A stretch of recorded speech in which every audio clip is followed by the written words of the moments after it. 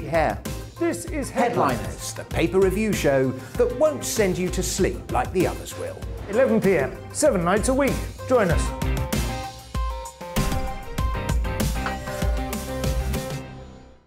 Hello there, I'm Eamon Holmes. And I'm Isabel Webster. And we hope you can join us for Breakfast with Eamon. And Isabel. You make me laugh out loud, belly laugh. Is that important first thing in the morning? Yeah, absolutely. And there's me trying to be deadly serious. News is a serious business. Yeah, I have to rein you in sometimes. Well, it doesn't stop us laughing at it. It doesn't stop us having an opinion on what's going on. Yeah. And it certainly will not stop us reflecting what you think. Weekdays from 6 to 9:30 on GB News. I'm Dan Wootton. Join me Monday to Thursday from 9 to 11 for the feistiest and most fun news debate on TV, where free speech reigns. I'll bring you a sharp take on the day's biggest stories, bombshell newsmaker interviews, and A-list guests. And I guarantee you, no spin, no bias, no censorship, and no reason to go to bed. That's Dan Wootton Tonight, Monday to Thursdays from 9 on GB News.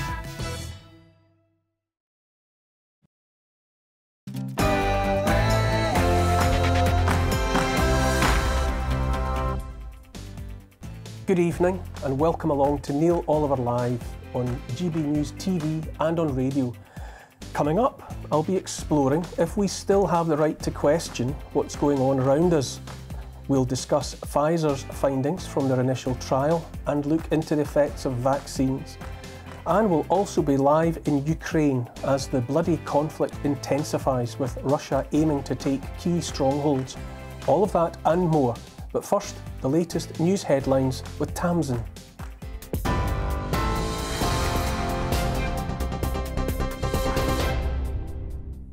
Neil, thank you. Good evening from the GB newsroom. The Ministry of Defence says Russia's proposed ceasefire was likely an attempt to deflect international condemnation whilst regrouping its forces. Moscow had said earlier it had opened humanitarian corridors near the Ukrainian cities of Mariupol and Volnovakha. However, Mariupol City Council claimed Russia was not observing the ceasefire. Labour Party leader Sir Keir Starmer says the invasion of Ukraine is an affront to the values of this country. That what Putin is afraid of, his fear is order and liberty, afraid of democracy, of openness, of progress, and a world which will move on without him. He is afraid of everything that we are most proud of. Well, Russian President Vladimir Putin says Moscow would consider any third-party declaration of a no-fly zone over Ukraine as participation in the armed conflict. Speaking this afternoon at an aviation school in Moscow, President Putin said his country would view the intervention as a threat. His comments come as Ukraine's President Volodymyr Zelensky pushed NATO to impose the restriction. But the alliance says the move, which would bar all unauthorised aircraft from flying over Ukraine, could provoke widespread war in Europe with Russia. Well, Ukraine and Russia will hold third-round talks on Monday in a bid to reach an end to the conflict. It comes as the Israeli Prime Minister met with President Putin in Moscow to discuss the crisis. Naftali Bennett has offered to mediate between Russia and Ukraine, although officials have previously played down expectations of a breakthrough. The International Monetary Fund says the ongoing war in Ukraine will have a severe impact on the global economy. The organisation warns of supply disruptions and serious economic consequences, including surging prices of energy and grain. It says Ukraine has requested $1.4 billion in emergency money, expected to be approved as early as next week. Well, Ukraine's Foreign Affairs Minister says the country will win the war with Russia, but says the question is, at what price? Dmytro Kuleba has met with US Secretary of State Antony Blinken on Ukraine's border with Poland to discuss Western efforts to support the country and isolate Russia. He said he expects new sanctions on Russia and more weapons for Ukraine to be implemented in the coming days. The message of the heroic Ukrainian people is simple. Russians, go home. You are on foreign land where no one needs you and no one welcomes you with flowers. Putin, leave Ukraine alone. You will not win this war. Time to save lives of Russians and end this bloodbath. In other news now, campaigners marched in London today demanding an end to men's violence against women.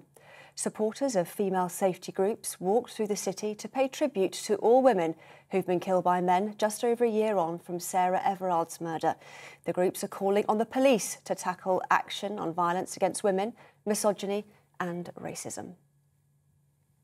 This is GB News on TV, online and DAB+ radio. Now let's get back to Neil Oliver Live.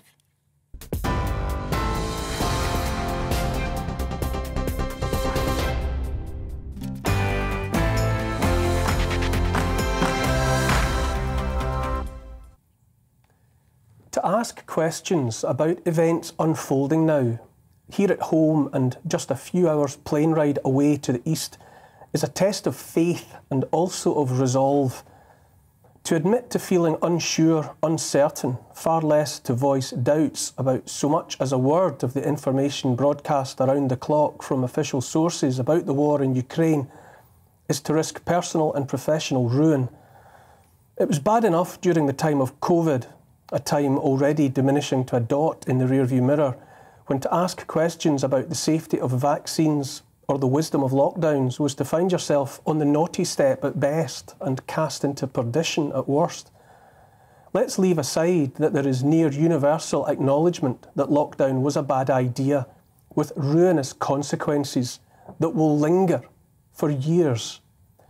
Doubts raised from the beginning about every aspect of the official response, and which were loudly, even viciously dismissed as tantamount to treason, are now revealed as entirely justified. Already long is the line of those who once baited and ridiculed those questioning the official narrative, but who are now keen to distance themselves from old opinions, in hopes of it appearing they were always wary, always unsure, that they too had had their doubts all along. Now, with tragedy unfolding in Ukraine, wanting to know more than that which is being bellowed from every outlet is to face withering rebuke, ridicule and personal attack. A week or two on from COVID, and we are in another new world, or rather a rehash of the world I grew up in, 70s and 80s world, where nuclear apocalypse was so omnipresent it was the subject of chart-topping pop songs. When two tribes go to war, one is all that you can score, sang Frankie Goes to Hollywood. Two tribes, how apt. Believe me when I say to you, sang Sting, I hope the Russians love their children too, and all that. World War III and its 100-year winter of an aftermath is no longer just the subject of movies, but once more the talking point of the day. London Mayor Sadiq Khan bothered to announce that London was well prepared for a nuclear attack, whatever that meant. Maybe it means Khan and his cronies are well prepared, private bunker and all. With talk of mutually assured destruction back in the tabloids, it might seem the time to ask questions about what best to do in the interests of the greatest number of people. It might be timely to make sure we do not now, in the heat of the moment, take the steps many already fear will lead to Armageddon. But if it were hard to ask questions about masks and vaccines, that was as nothing compared to the atmosphere now. The argument goes that while it might have been right to have doubts in COVID world and to have been suspicious about the methods and motives of those above us in the food chain, everything is different now. Now there is no room for anything but certainty and action, and our only course of action is apparently clear to see. Questions are mischief at best, treason at worst. If we are, as individuals, to avoid being characterised as Putin apologists, fifth columnists, traitors, somehow fascists and commies at the same time, then we must only cry havoc and let slip the dogs of war.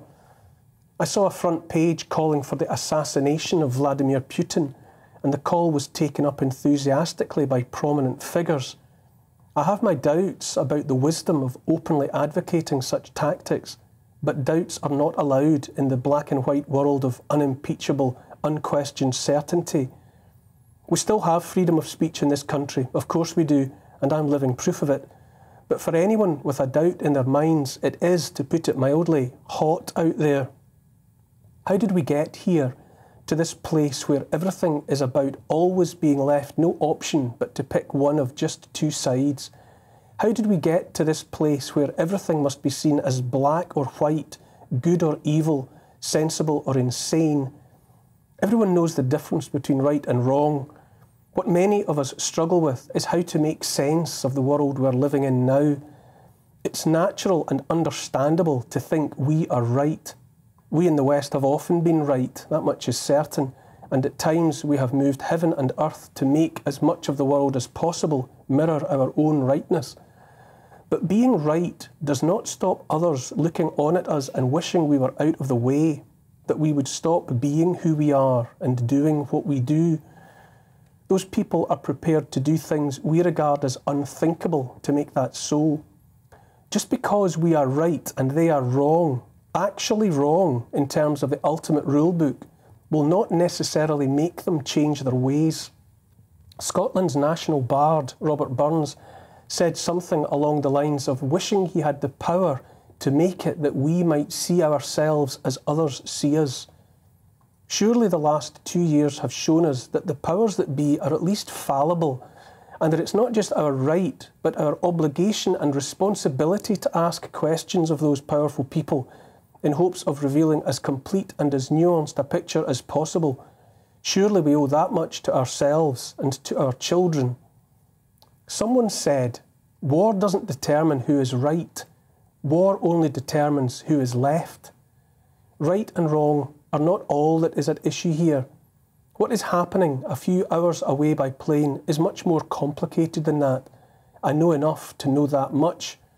The solution, if solution there is, must exist in the shades of grey no one likes. Both sides will have to feel they can say to their audiences, we won. I assume the Russians love their children too, and the Ukrainians and everyone else within reach of all the damage that is possible now. I certainly love mine, and in the interests of keeping the world safe for them, safe enough at least, I will continue to air my doubts and ask my questions.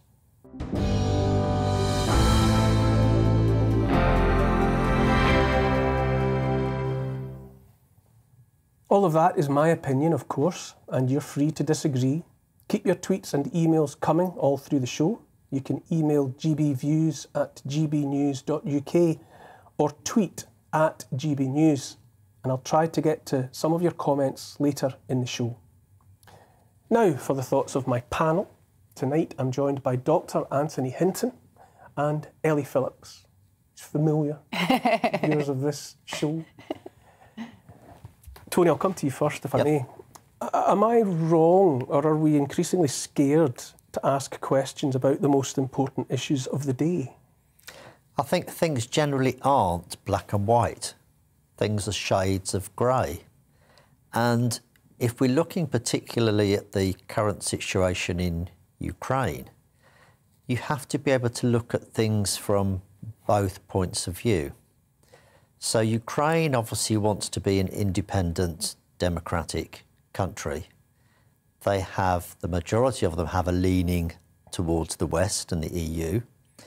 But those in the east of the country are Orthodox rather than Catholic. They're majority Russian-speaking, and they have more of a leaning towards the Russians. So we need to have some sort of compromise. We need to look at how Putin sees this. He sees that NATO has gradually encroached further and further towards his borders. And we just have to look back to the 1960s, when there was the Cuban Missile Crisis, to see how close that came to a nuclear war. And the Americans were not willing to accept weapons so close to their own country. And we have to put ourselves in Putin's shoes. We have to give him a way to climb down with some honour. He needs to have a way out. What do you think, Ellie? It's such an impossibly dangerous and complicated situation, but as you watch it unfold, what do you think, and what do you think about what Tony said? The main point is that Ukraine is an independent, nation. It is democratic. It's not that it wants to be. It is. It elected its leader, who is phenomenal, who's shown so much strength throughout this crisis, which is so incredibly admirable. So I think it's worrying to think, oh, we need to put ourselves in Putin's shoes, when in my opinion, he's slightly deranged. He has, you know, people around who are clearly afraid of him. When you see them speaking and saying his words, you can see that they are afraid of him. So I think that's worrying, but I do get your point where you have to give him a way out, because with no way out, it's only going to keep going the way it's going now. But I don't know what that way out is, to be honest. He is so determined to take Ukraine in whatever form he sees fit. But it's not his right to do that. He's not leader of that country. They are independent. They are, you know, sovereign nation. What right does he have to go and invade them and, you know, order these mass killings, which is essentially what's coming out of this? So I totally get your point. He needs to have a way out. What that is, I just don't know at this point in time. But I think the most pressing issue is that you have millions and millions of innocent people being murdered for nothing. They've done nothing wrong. You know, they have not sparked a war against him. They've not tried to invade Russia. They wouldn't. How would they? You know, their forces are minuscule in comparison to the troops that Russia has. So how can Russia say that Ukraine was a threat? Yes, they want to join NATO. Yes, they want to join the EU. But how does that actually impact him on a real scale? No one has threatened to invade Russia. So I think the excuses that he's coming up with for this war are absolutely ridiculous. And that worries me, because he's going to come up with any reason to do anything in the future. If he gets away with Ukraine, what's stopping him from going on to another independent country? But what about the fact that we are saying, you know, people are calling for that we should challenge air superiority, for example? Well, now, you know, what will be the consequences, do you think? Well, the logic of that... if we put NATO aircraft in the air to challenge Russian planes? Well, if we declare some sort of no-fly zone over Ukraine, then the logic is, if a Russian plane flies into that, then it gets shot down by a NATO plane. And very quickly, that could spiral completely out of control. I think a lot of people criticise Putin, quite rightly, but that is who we have to deal with. That is the reality of the situation. There won't be any winners from this war. No one will win out of this. Both sides are going to suffer. We have to get people round the table. We have to try to get a ceasefire as soon as possible. There are things that could be looked at. They could possibly look at those eastern provinces maybe having more independence but remaining part of Ukraine. There are lots of things that can be talked about and discussed, but a no-fly zone, I think, would be just mad. Ellie, isn't it just the unhappy fact of life that no one is going to get the victory, you know, the outright knockdown? You know, the only way this ends is in something that is less than ideal to anyone. And that kind of compromise is just in the nature of the inevitable way in which this kind of geopolitical crisis must come to an end. Yeah, I mean, even where we're at now, there's no good outcome at all. How many people have already died, displaced, lives ruined, families torn apart. Even at this point, you know, 1 week on, the damage that's been done is just unimaginable. But then how much worse is it going to get over time? Will he stop? What is his end goal? What makes him feel that he has succeeded? Is that capturing the president? Is that, you know, surrender? Whatever that is, there is no good outcome when it comes to this. But the fear is that this is just the beginning, that Ukraine is his first step on the map. And that is the worry. And in terms of the no-fly zone thing, I would love to say I really think we should impose a no-fly zone, because in my opinion, and this is just my opinion, a no-fly zone to Putin is whoever puts that out, whether it's NATO or someone, that's them declaring war on Russia. In my opinion, it's not. It's NATO protecting an independent nation who's under attack for no reason. And then if they breach that no-fly zone, that would be them declaring war on NATO. So it would, in my opinion, it's the other way around. But either way, it results in World War III. Essentially, that's what happens. As I was trying to say in my monologue, being right is not necessarily, you know, perhaps we are right. But it's not going to stop. It's not going to stop an individual like Putin doing what an individual like Putin does, especially if he gets backed into a corner. Yeah. It really doesn't matter what any of us think. It matters what Putin thinks. Hopefully, he will be thinking now that this war is absolutely not going the way that he expected. They're obviously getting bogged down.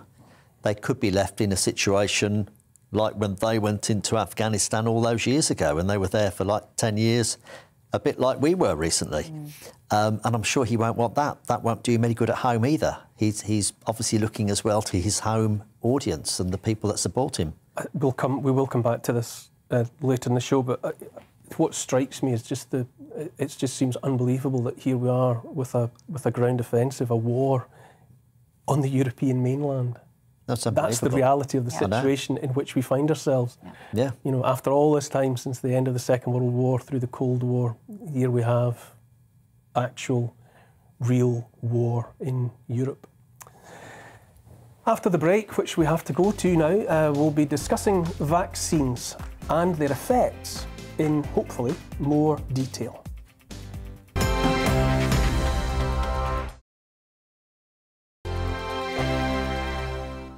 GB News is the UK's home of discussion and debate from all perspectives. To stay up to date on the latest stories, make sure that you subscribe to the GB News channel right here on YouTube. You can watch us live 24/7 across the whole world. You can also check out exclusive content and catch up on previous episodes of your favourite shows. Every day, we ask the questions that you'd ask, so why not add your voice to the conversation in the comments section? Don't forget to subscribe. We are GB News, Britain's news channel. Every night at 11 on GB News, we bring you the next day's stories the day before. It's basically like time travel. If it's a big story, we'll cover it, guaranteed. But we'll also have some fun along the way. Big opinions, big laughs. Sometimes big hair. This is Headliners, the paper review show that won't send you to sleep like the others will. 11 p.m, 7 nights a week. Join us.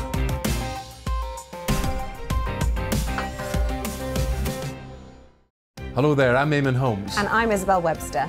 And we hope you can join us for Breakfast with Eamon and Isabel. You make me laugh out loud, belly laugh. Is that important first thing in the morning? Yeah, absolutely. And there's me trying to be deadly serious.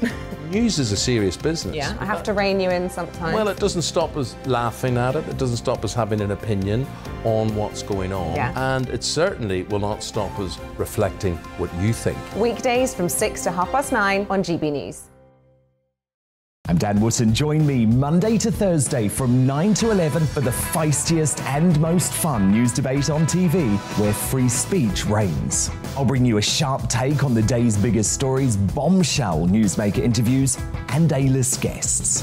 And I guarantee you, no spin, no bias, no censorship, and no reason to go to bed. That's Dan Wootton tonight, Monday to Thursdays from 9 on GB News.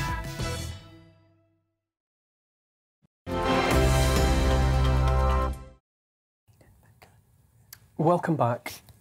Now, with all eyes on events in Ukraine, it was easy to take our eyes off what had been, until last week, the biggest story in the world.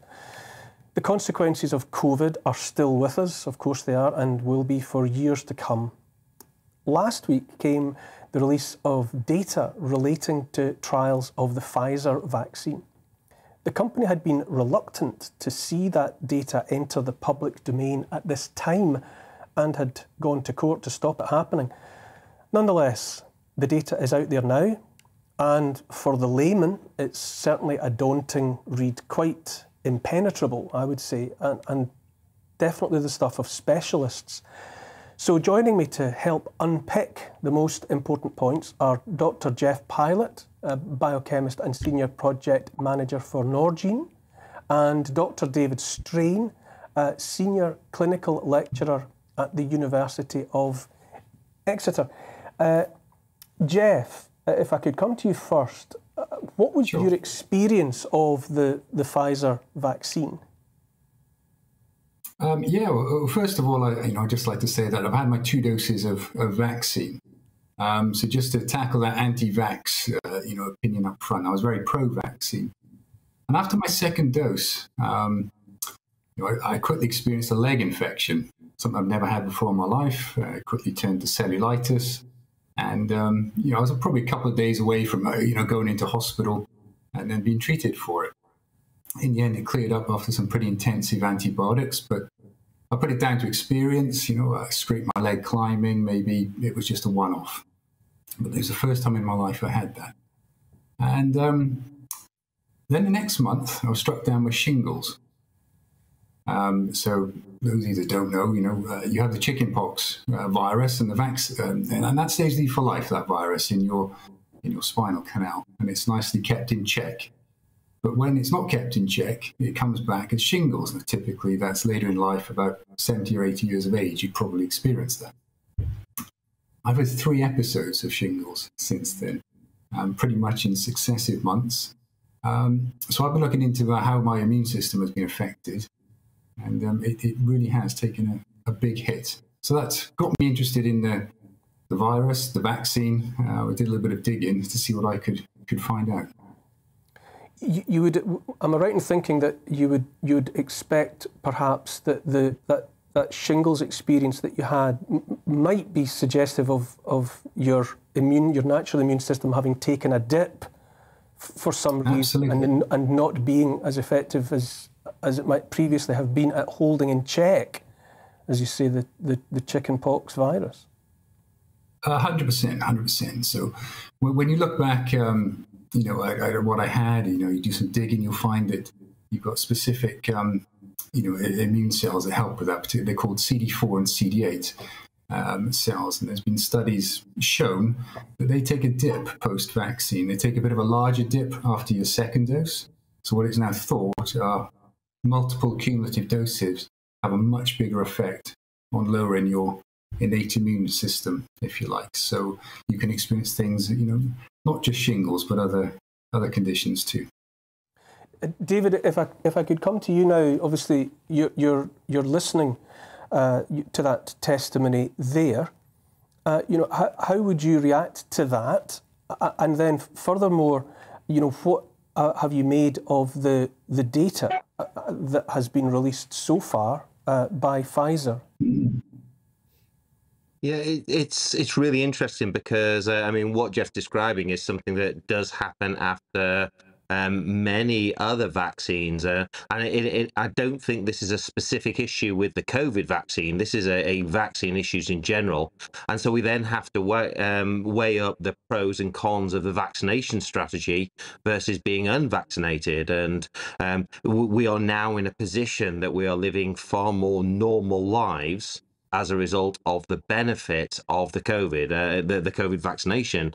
We no longer have lockdowns. We're seeing that masks are now something that become a matter of personal choice and protection. Even the need to stay at home if you have tested positive for COVID has become a matter of personal choice. And clearly, the vast majority of us are paying the sensible approach that if you've got a potentially infectious disease, whether it be COVID, whether it be measles, mumps, rubella, or any other disease, you would stay at home while you're feeling sick. And actually, it's the vaccine that has got us to this stage. So there will be some side effects from all vaccines. That's widely accepted. And what we're in the position at the moment is weighing up the relative pros and cons of cases such as sporadic cases of shingles or the other side effects that people report, the headaches, the myalgia, the fevers that people get, versus the international lockdowns, travel bans, everything else that's gone on in the past. And actually, when you start weighing up the risk and benefit, clearly the benefits of having a more normal society in the presence of this horrendous disease outweigh the inconveniences, the minor, relatively minor problems that people have. And yes, I fully appreciate for Jeff actually having shingles is uncomfortable. It's very difficult, but it's nowhere near as bad as ending up on ITU from this horrendous disease. Jeff, you're listening to that. How do you react to what David is saying? Clearly, you know, very much, you know, making the case that the vaccine has been, in the main, a very beneficial arrival in our lives. How do you react to that? Well, I don't think we have the data to prove that the vaccine's been beneficial to our lives. I think we need to look at it as a very experimental vaccine. You know, it hasn't been approved. It's had emergency use authorization. And if you look into the method of how it works, you know, this is the first time we've used this technology, you know, the messenger RNA technology, to deliver such a vaccine in such a widespread audience. And it's the very way it's been designed, you know, to elicit your body's response to the spike protein that seems to be causing the problems with the vaccine. And I can't, for the life of me, fathom how a different set of rules seems to be applied to this vaccine and to vaccines that have gone before. Because I'm sure your colleague on the screen will know that when a vaccine meets signal, like a safety signal, you'll monitor it, you'll sometimes stop it, as it happens previously with rotavirus vaccines.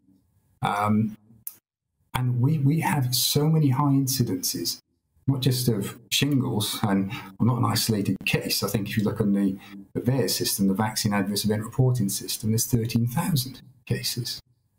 You know, there's approximately 24,000 cases of death attributed to not just any vaccine, this vaccine. And there's a huge safety signal with it. But there's been no collaboration and nationwide discussion or anyone saying, you know, putting their hands up, let's put a hold on this, let's look into it, let's investigate further. Should we, David? Should we be pausing for thought and considering information in this newly released data, amongst other things? You know, is there now a question mark over the Pfizer vaccine? So all of the vaccines are constantly being reviewed. Rather. We need to keep an eye on all of that data all of the time, and that's the way. I mean, I would argue with Jeff that the technology, this is the first time it's actually made it to market, but this is a technology that is not new. The mRNA vaccines were already being worked up for a Zika vaccine approach, for HIV, for common influenza, and the safety studies of the mRNA technology is well established. There was a great review about 12 months before COVID arose in Nature talking about mRNA as the future technology of virus vaccines. And as Jeff says, yeah, I mean, 13,000 cases of shingles does sound a lot. But remember, there's been 9 billion doses of vaccine have been issued worldwide. 13,000 amongst 9 billion doses is actually a relatively insignificant number. Now, I fully accept that, you know, only only about a third of those were the Pfizer vaccine. There's been the Moderna, which is also an mRNA technology. Then there's been AstraZeneca and Janssen, which is also a new technology, but was well on the way to being developed at the time COVID came out.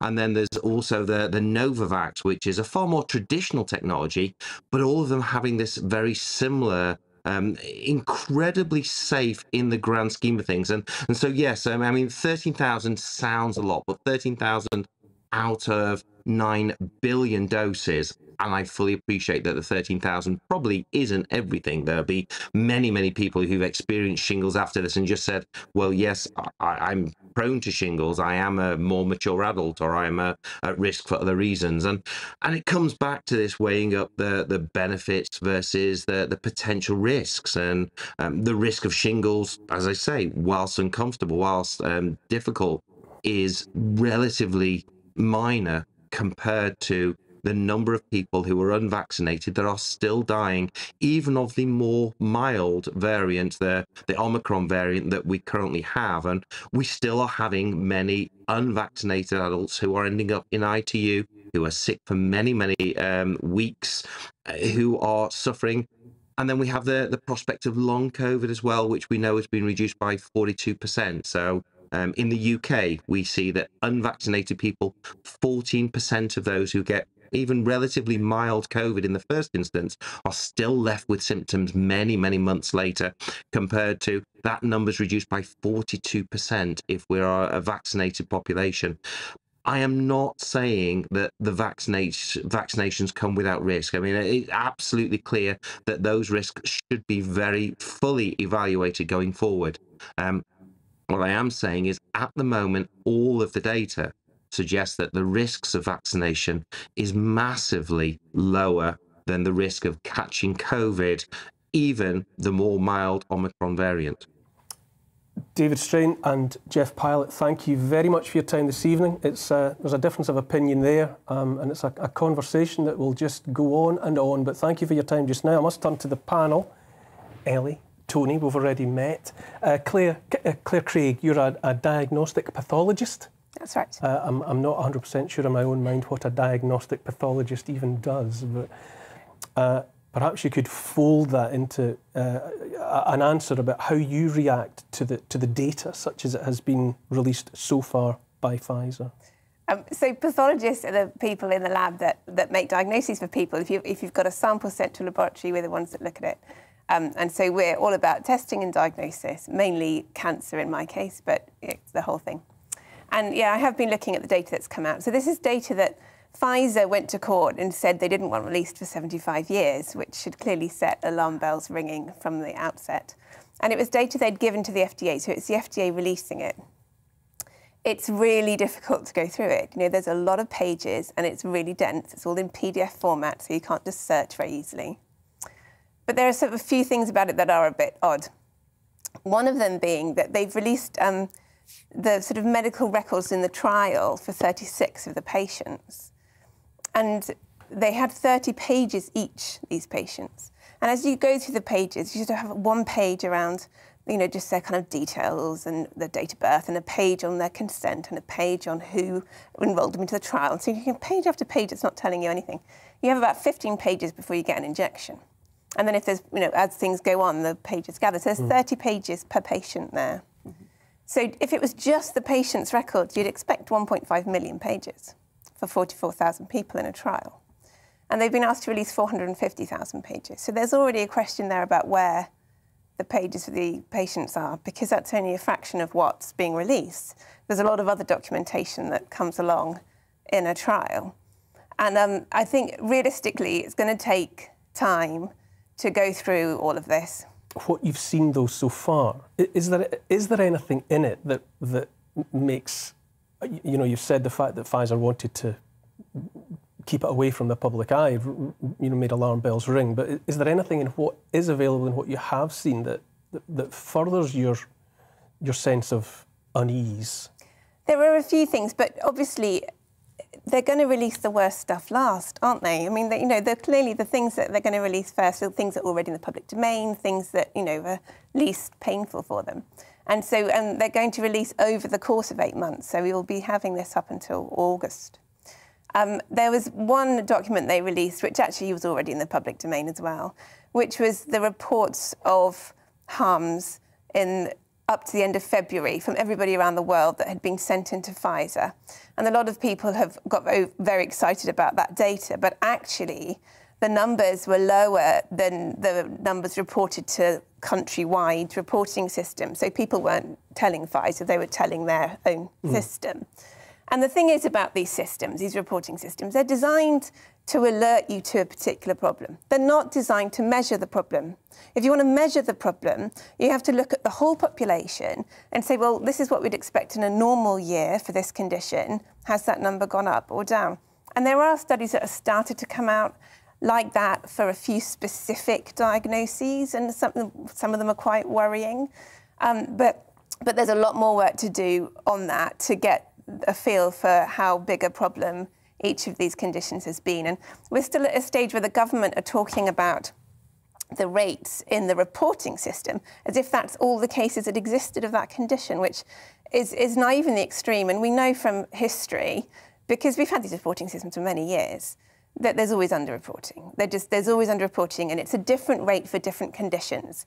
For some conditions that are very characteristic, doctors say, yep, I recognise that as being a vaccine problem, they're more likely to report them. For things that are much more common, the doctors might be much more likely to dismiss it as coincidental and it might not get reported. Likewise, if you're older, there are far fewer reports because people assume that things go wrong. Tony, what do you think? You've had a look at that data which has been released and is available at the moment. Do you share a sense of, I don't know, dissatisfaction with the way it's presented or any unease based on what you're reading? Or does it seem like what you would expect from something on this scale? Well, I think basically the medical profession has been burying their heads in the sand about this for some time, really, and it's been ignored and it's not been addressed properly. It's been the elephant in the room.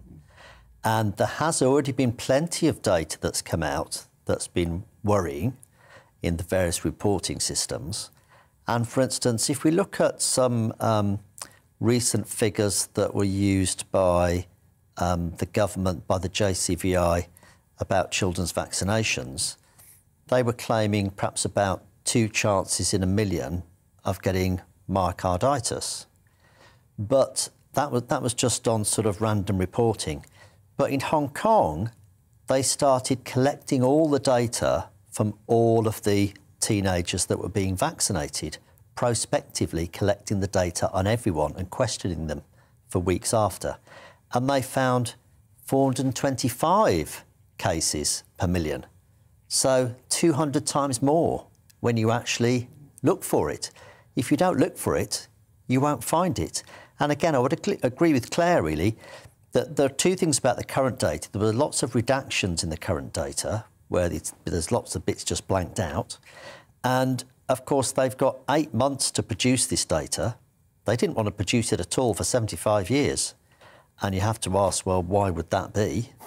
But the rate it's coming out, of course, the things that are going to really tell us what's gone on will be in the last couple of months, probably. I have to address that question again, really. You touched on it there, but why, having seen what's there now, was there any reason to be so protective of that data? Well, or will that explanation come out in something that we haven't seen or may never see or that isn't there? Even going back to the original Pfizer data from their original trial, Pfizer only ever claimed a modest reduction in severe symptoms. They never claimed it would stop you catching COVID or passing it on. That claim came from somewhere else.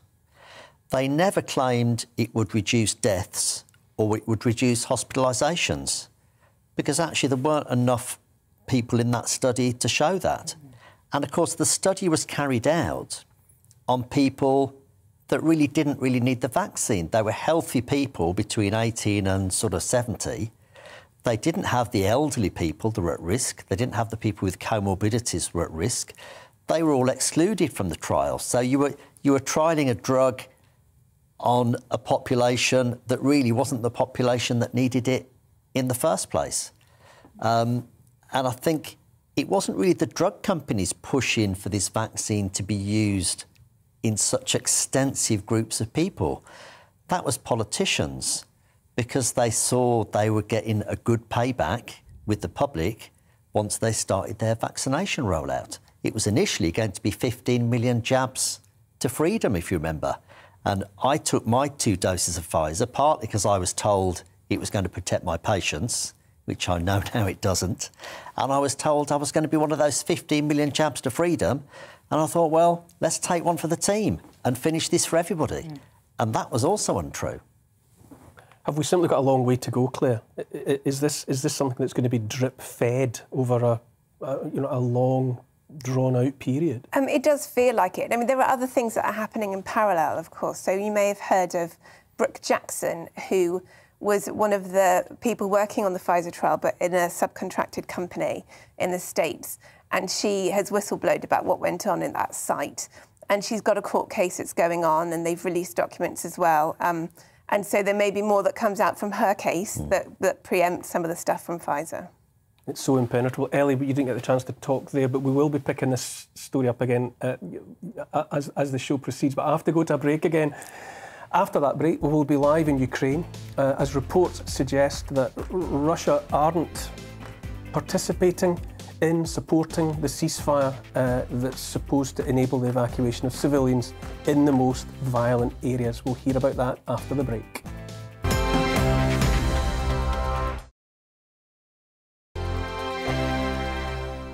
GB News is the UK's home of discussion and debate. From all perspectives. To stay up to date on the latest stories, Make sure that you subscribe to the GB News channel right here on YouTube. You can watch us live 24/7 across the whole world. You can also check out exclusive content and catch up on previous episodes of your favourite shows. Every day, we ask the questions that you'd ask, so why not add your voice to the conversation in the comments section? Don't forget to subscribe. We are GB News, Britain's news channel. Every night at 11 on GB News, we bring you the next day's stories the day before. It's basically like time travel. If it's a big story, we'll cover it, guaranteed. But we'll also have some fun along the way. Big opinions, big laughs. Sometimes big hair. This is Headliners, the paper review show that won't send you to sleep like the others will. 11 p.m, 7 nights a week. Join us.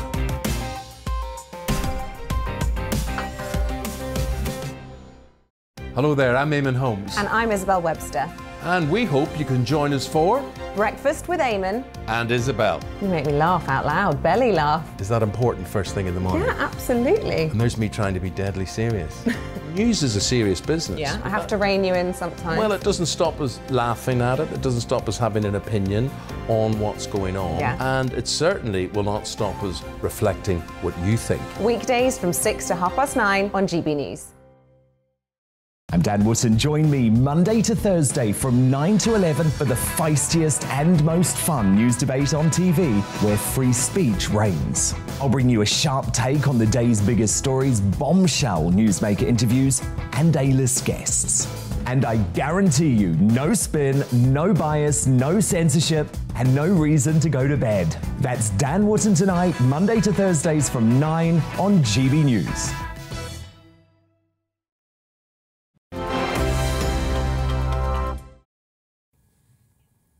Welcome back. War is with us once again on the European mainland. Russian President Vladimir Putin has his forces on the ground in Ukraine, and the Ukrainians, led by their President Volodymyr Zelensky, are fighting back. For the people of Ukraine, it's a tragedy and an unfolding horror. For the people of Europe and the wider world, it raises the spectre of a new world war. Once again, there are fears of the use of nuclear weapons. It's a time of fear and also of grief. Joining me now from Kiev is freelance reporter Alex Lowry. Hello, Alex. Thank you for joining me. Hey, how's it going? It's going fine here. I can see that you can hear me and see me, which is a big step forward. Of course, I have to ask you straight away, what can you tell us about the latest situation in Kiev? So in Kiev, basically they're hunkering down. You see more and more fortifications every day, more and more metal tank traps, more and more sandbags, more and more concrete barriers. And outside of Kiev, there are a few villages that are contested. And that's where I've been spending a lot of my time the past 3 days, where there's a huge, I guess you would say, influx because they're coming into Kiev, but there's a huge exodus from that area of civilians as these towns are getting shelled pretty brutally. What have you witnessed directly of fighting? At the moment, all the fighting that I've witnessed has been exchanges of artillery, stuff where you don't see eyeball to eyeball. You don't actually make visual. So I've seen a lot of the results of Russian munitions being used, and I haven't seen any Russian soldiers that haven't been captured. But yeah, that's what I would say. And have you seen casualties? Many. Oh, sure. Yeah, lots. Almost, I would say, entirely civilian. There have been a lot of civilian residences, schools, pharmacies, all the things you don't want to get hit, get hit. How long have you been on the ground there? So I got here on February 1st, and I was in Donbass out east, where the conflict has been simmering for 8 years now, for a few days. And then when things escalated so massively on, I think it was the night of the 23rd, early morning of the 24th, then I came back to Kiev. And you're saying that you're spending time in outlying areas, villages out with Kiev itself. What is the spirit of the people? What's the word? What are people saying? How are they responding to their situation? So one thing I want to stress is just like in the UK or the US or any country, everyone in Ukraine is an individual. Their people's reactions are different. But I would say if I had to paint everybody with the same brush, I would say resilient. This escalation, this phase of the escalation is still very recent. It's still kind of a shock. The Ukrainian military and the Ukrainian territorial defense, who are armed civilians, have performed better than I think anyone expected. The Russians have performed worse than anyone expected, which is good for morale here. And I think that I would say, from a personal note, I'm very impressed with the resilience of the people here.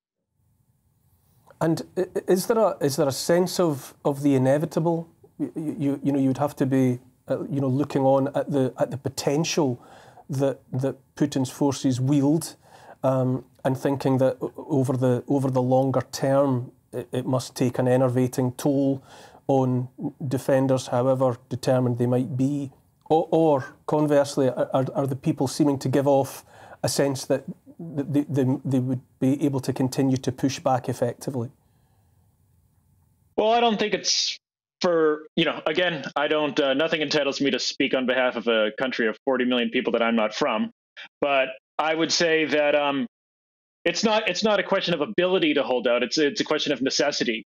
They're not going anywhere. This is Ukraine. They're Ukrainians. So they'll resist basically indefinitely. I think that from abroad, we can kind of hem and haw and look at these two countries and weigh the numbers and see which one's stronger, which one's not so strong.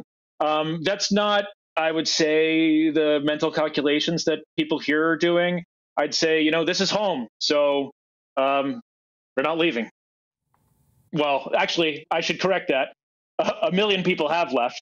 A million women, children, civilians have left, but military-age males and indeed many civilians, women, children, and elderly have stayed as well.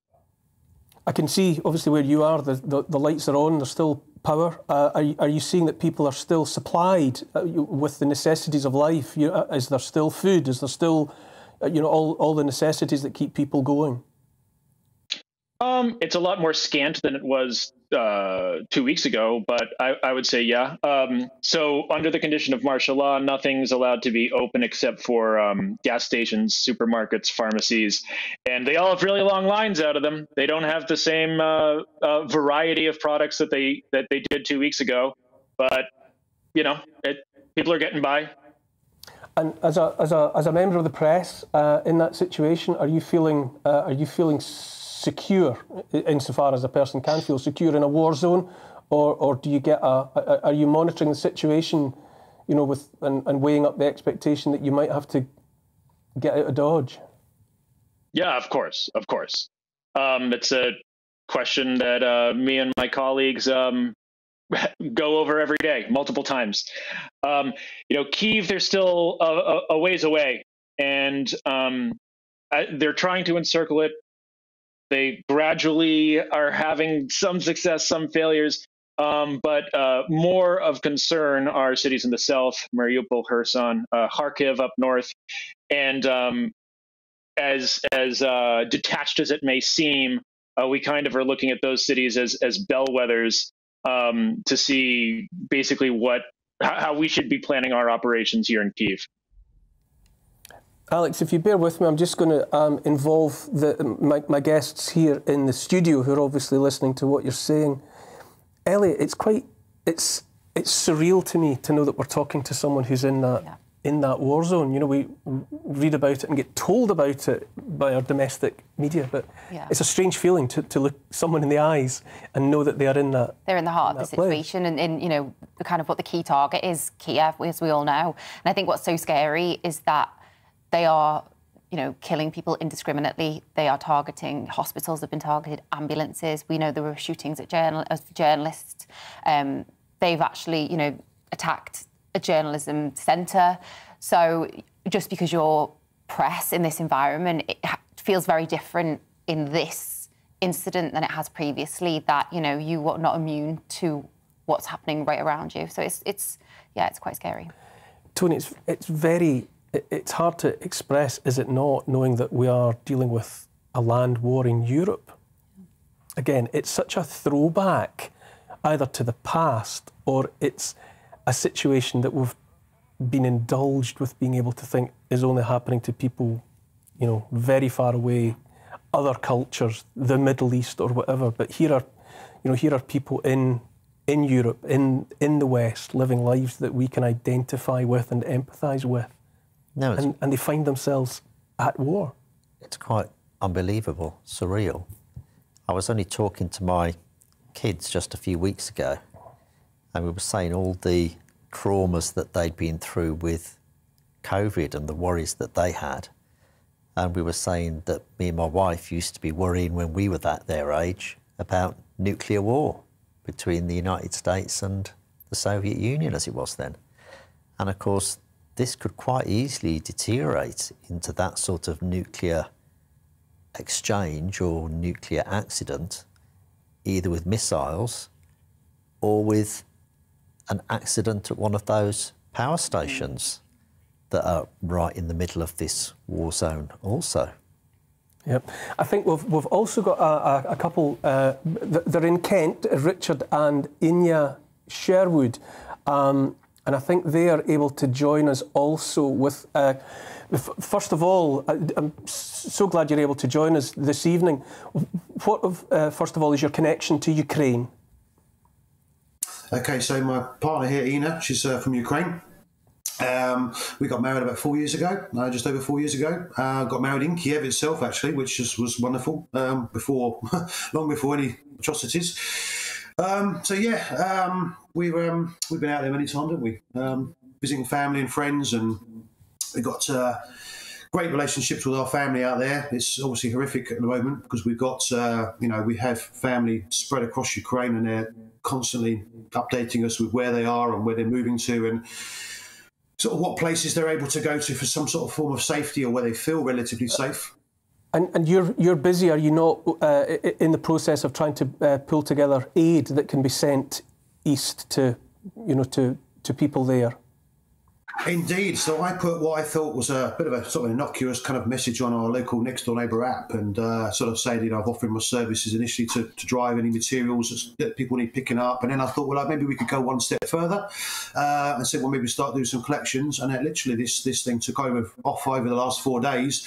And we had the collection day today, and it started at 10 this morning, and it just literally, like a train running down the track, it was just like a beast. It was unbelievable. Thousands and thousands of stuff we've just packed up today. So much so that we've had to put practically a lorry load of stuff into storage, waiting for someone else to come along and say, yeah, we need more stuff. It's been unbelievable, absolutely unbelievable. I'm going to run short of time at this moment, but we will come back to you. But while I still have you just now, Ina, what is the word coming back to you from family? What are people saying about what they're experiencing? My family refused to get out of Ukraine. So they are staying in Ukraine. They are safe at the moment. They all moved out of big cities, and they went to smaller villages and to join other family members. So for now they are okay, but I keep trying to move them somewhere safer. But at the moment they're saying, we have our life here, we have our houses, our small farms. We just cannot leave everything and just go because of that horrible person. So yeah, for now they are okay, but terrified, absolutely terrified. It's such distressing testimony to listen to, and surreal, unbelievable to think that that's happening now. I will hopefully be able to come back to you after the break. Thanks also again to Alex Lowry for giving that testimony about it coming directly from Ukraine. And for now, thank you to Richard and Ina. I've got to go to the break, and so after that we'll hopefully be able to pick up on and take forward the stories that we've been dealing with so far. GB News is the UK's home of discussion and debate. From all perspectives. To stay up to date on the latest stories, make sure that you subscribe to the GB News channel right here on YouTube. You can watch us live 24/7 across the whole world. You can also check out exclusive content and catch up on previous episodes of your favourite shows. Every day, we ask the questions that you'd ask, so why not add your voice to the conversation in the comments section? Don't forget to subscribe. We are GB News, Britain's news channel. Every night at 11 on GB News, we bring you the next day's stories the day before. Basically like time travel. If it's a big story, we'll cover it, guaranteed. But we'll also have some fun along the way. Big opinions, big laughs. Sometimes big hair. This is Headliners, the paper review show that won't send you to sleep like the others will. 11 p.m, 7 nights a week. Join us.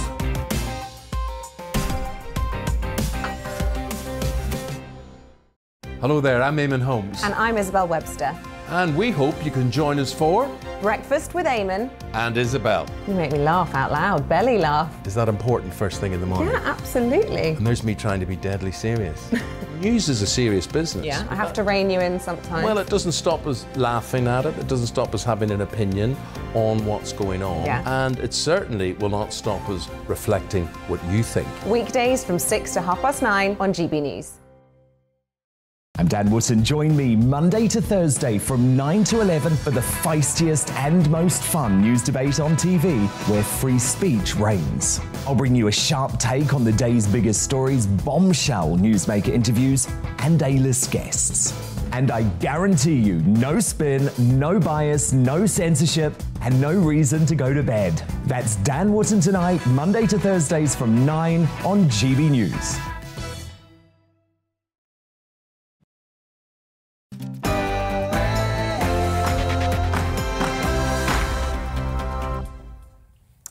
Welcome back to a very busy show this evening. There's plenty more to come between now and 9 o'clock, but first we need to receive the latest news headlines.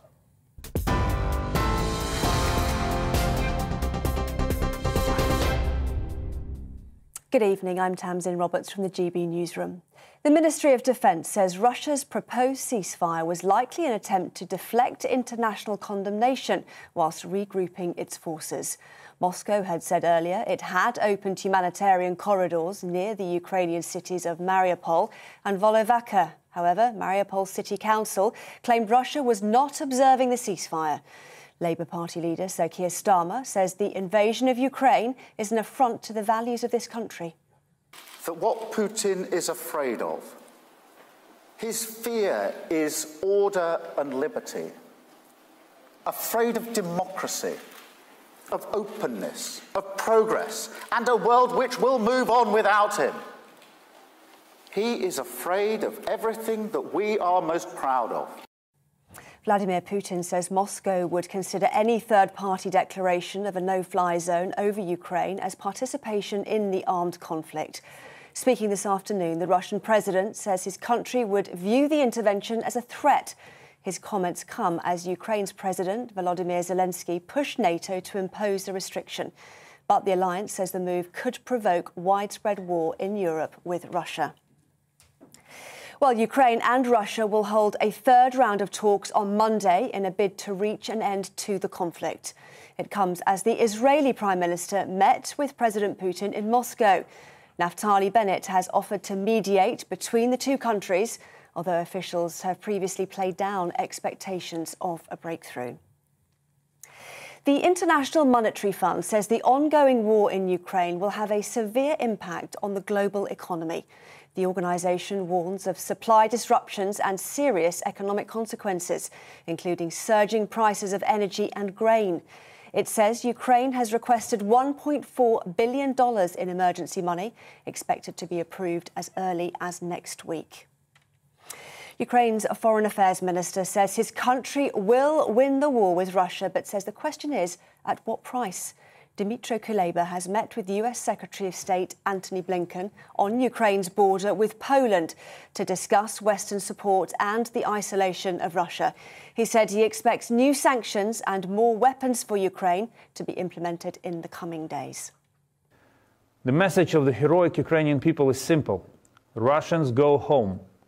You are on foreign land where no one needs you and no one welcomes you with flowers. Putin, leave Ukraine alone. You will not win this war. Time to save lives of Russians and end this bloodbath. To other news, and campaigners marched in London today demanding an end to men's violence against women. Supporters of female safety groups walked through the city to pay tribute to all women who've been killed by men, just over a year after the murder of Sarah Everard. The groups are calling on the police to take action on violence against women, misogyny and racism. This is GB News on TV, online and DAB+ radio. Now it's back to Neil Oliver Live.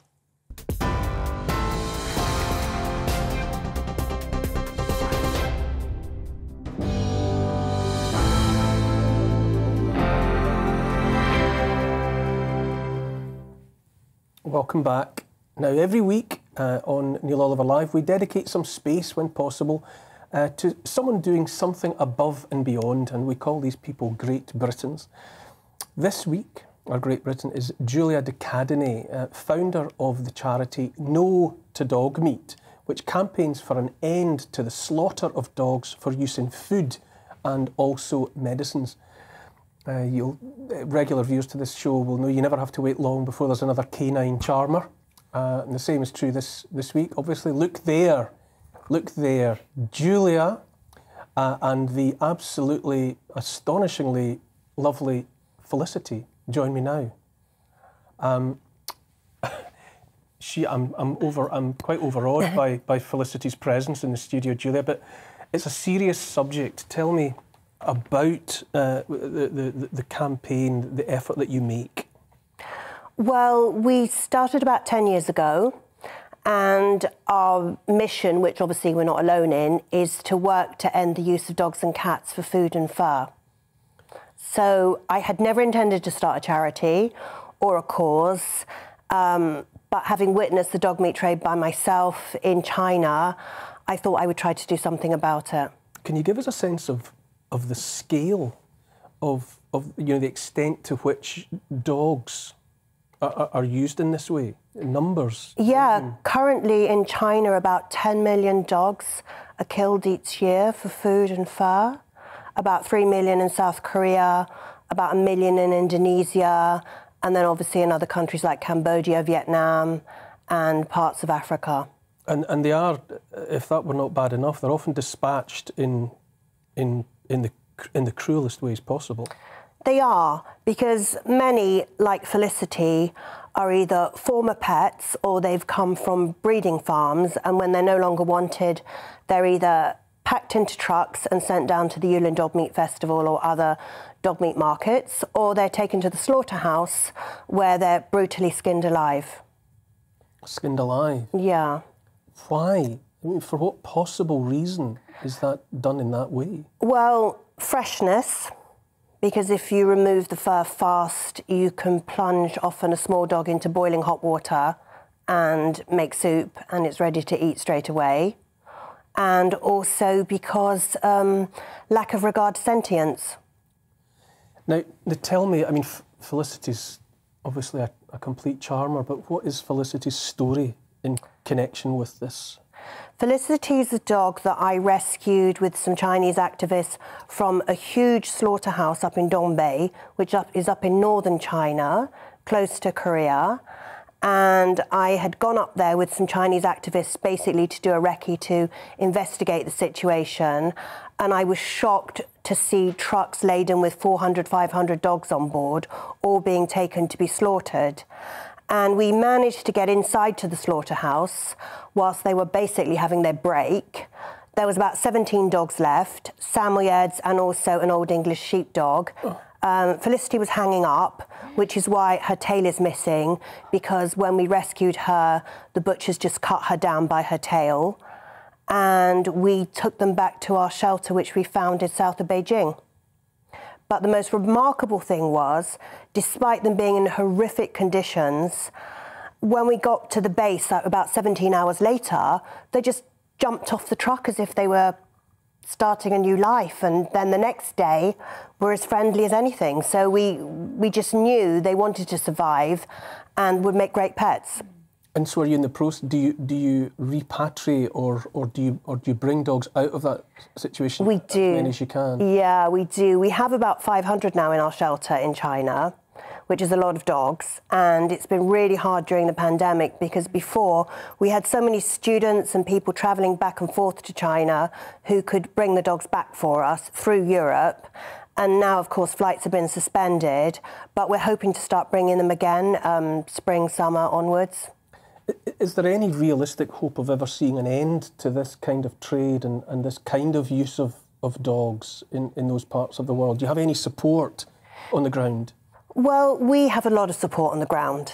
In fact, it really is due to the brave activists who are just people like you and me who we raise calls. If we see a truck on the highway, we raise a call through the Chinese social media, and it's ordinary members of the public who come on their cars and help us push the trucks to the side of the road and rescue the animals. And many of them end up in prison because obviously it's illegal interception on the highway. Protesting is forbidden, so there's a lot of restrictions on that. But there is a big shift and a big change in how people view animals. And we've, of course, had many promises from the Ministry of Agriculture that they're going to address the situation based on Western pressure. But we believe change is going to come from within. Yeah. It's such a distressing story to hear about. As you say, when you found Felicity, she was actually, she was as close to being butchered as it was possible to be. It's devastating for a culture like ours with the kind of relationship that we have with dogs and with cats. To hear that there are those numbers of animals being put into those situations and treated that way is just unthinkable. Do you find yourself in harm's way? When you try and get in the way of this business, are you ever under threat yourself? Yeah, I have been under threat myself. I mean, when you stop a truck on the highway, we are literally pushing the truck to the side of the road with our cars. So that's dangerous. And when you climb on a HGV truck laden with cages, you can be pushed off, you can fall off, that's dangerous. And we're not a great friend of the police either, so that's dangerous. And then when you finally rescue the animals, they might bite you out of fear, so that's also dangerous. And I'm just, I can't help but notice the counterpoint that Felicity is making to such a serious story. She is.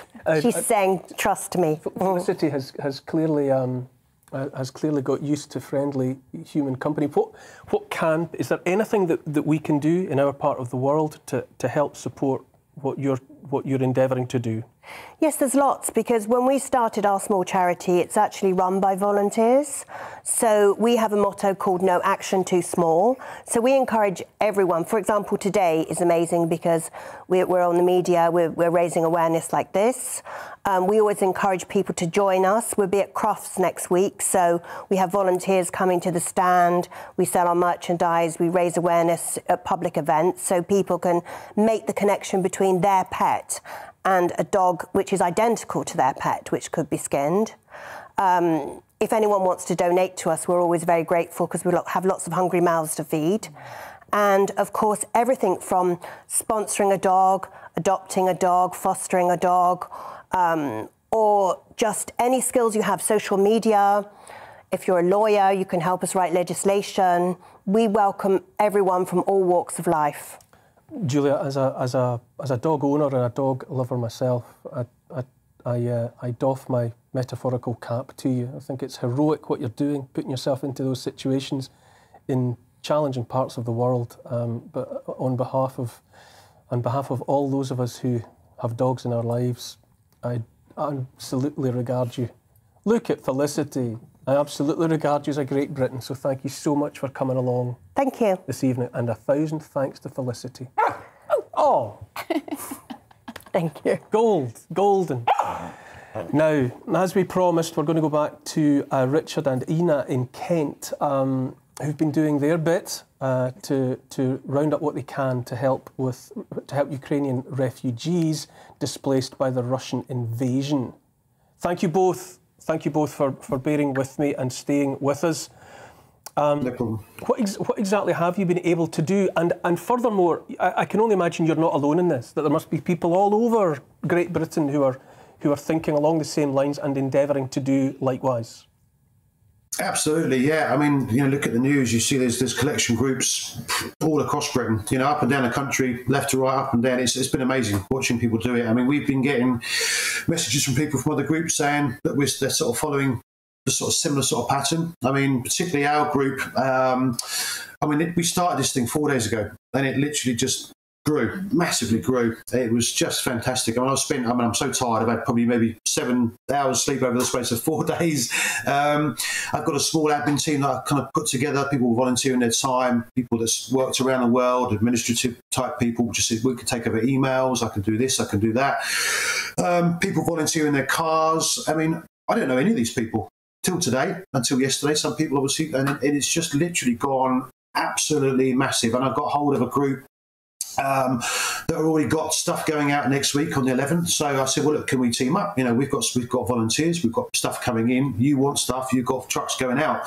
So the West Kent Freemasons said, yeah, look, we've got a hall. You can use it free of charge. This is what you can do for the day. We just put a post up. Said to people, look, come along from the hours of sort of 11 till sort of 3, 4 o'clock. Unbeknown to us, got there at 10 o'clock and it was just rammed. People had already started turning up, and it was literally from the minute we got there to the minute we finished was just go, go, go, go, go, constant. It was bag after bag. I had the most amazing volunteers, 50 plus in the room. The ladies were just packing up small little packs for women and children. So they've got toothpaste, flannels, soaps, and little Ziploc bags that could just be handed out when they get into Poland.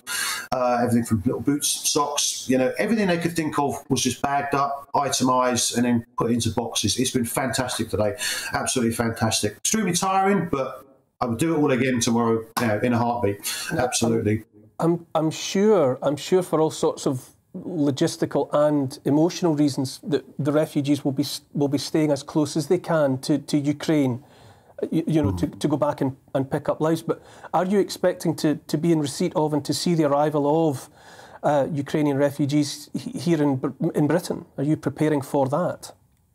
Yeah, I think we are. I mean, we've been, because obviously Ukrainian people in Tunbridge Wells, like you're talking with friends, aren't you? And they're talking about potentially what they want to do is to get a group of the Ukrainian ladies together so they can help them integrate into the country, because we don't know how long it'll be before they can go back to Ukraine, you know, hopefully sooner than later.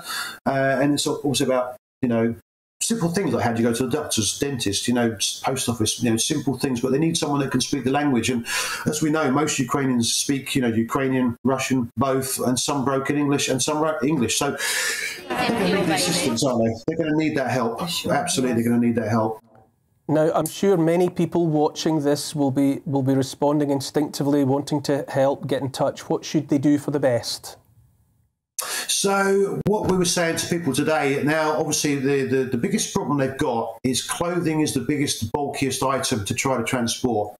So yes, it's needed, but not in the sheer numbers that it's coming in at. It's too much. It's too much clothing. So it's the medical supplies. The medical stuff is probably the number one thing that's needed at the moment, from what I've been getting over the last couple of days. Obviously, sanitary items for females and children alike, nappies, you know, wipes, etc. Those sorts of things are, you know, desperately needed. On the financial side, people that can donate £5, £10, you know, there's plenty of official government websites that are allowing it. They're obviously, we've got to be careful because, as we know, there can be a darker side to donation sites. So go for the, you know, for the official government sites. Join your local charity groups. There's plenty of them. We've set up a website, a Facebook group. You know, we've got the Ukraine Relief Group, which we set up for West Kent. Other people in the areas could do similar sorts of things. They're more than welcome to join our Facebook group, and then if they want to do something similar, contact us, say, look, how do we do it? What do we do? What's your kind of like format? If they want to advertise, you know, other events, we can advertise it as well. You know, we're more than happy to share out everything. You know, we've got stuff today. We had too much stuff. We got straight on the phone and said, look, we've got a lot of stuff. Do you want it? And they said, yeah, so we just got cars coming in, loaded them up, shifted it off to another charity group. So it was fantastic. So it was basically sharing it out, getting it to everyone, wasn't it? It was absolutely brilliant, you know. And by the end of the day, we'd absolutely cleared the halls, completely empty. It wasn't even a shirt button on the floor. It was fantastic today. And I couldn't thank the guys and girls more than what they did. I mean, everyone went over and above what I anticipated 4 days ago when I had this idea. So now it's just been brilliant, absolutely brilliant. I'd say I'd do this again in a heartbeat, absolutely. Ina and Richard, thank you so much. Inspiring stuff. Wish you all the best with it and keep up the good work. And we haven't forgotten about journalist Alex Lowry. So another couple of questions for him as well. Thanks for staying with me, Alex. We're listening there to talk of refugees. You know, are people, are you seeing that on the ground? You know, families split, you know, men folk or whoever staying behind and others, vulnerable individuals within families going elsewhere, Poland and so on? Well, the answer to that is unequivocally yes. I can't overstate the extent to which we're seeing that. You see it all day, every day. You know, I'm in Kiev, so obviously I'm not at the Polish border, or Lviv, which is the main transit point between Kiev and the Polish border. But at the train station in Kiev and at these villages that we had discussed earlier that are getting hammered pretty hard by the Russians, yeah, it's exactly as you described. Human tide of people seeking safety, and often the menfolk, as you said, staying behind to fight. It's devastating to look at the pictures. I'm sure you're perhaps seeing them there. The people gathered around a simple makeshift fire. The conditions already looked challenging this time of year. They just had that look about them of refugees the world over. You know, that sense that so quickly, within days, lives are turned upside down and they are obviously, patently living from moment to moment. Yep. I think that, you hit the nail on the head. We're always, every one of us, every human being, we are one bad decision by a politician from finding ourselves in that situation. That's very important to remember. It's while all the attention in the world is focused on Ukraine, I think that it's important to remember that everybody that you see in those conditions had a normal life. You know, nobody's born, wanting to be a refugee. No one's a refugee for fun. It's an act of utter necessity, and it never stops being heartbreaking. Alex Lowry, thank you so much for bringing that direct testimony to us, and I hope you'll continue to stay safe, and perhaps we'll hear more from you again as this story plays out. Thank you just now.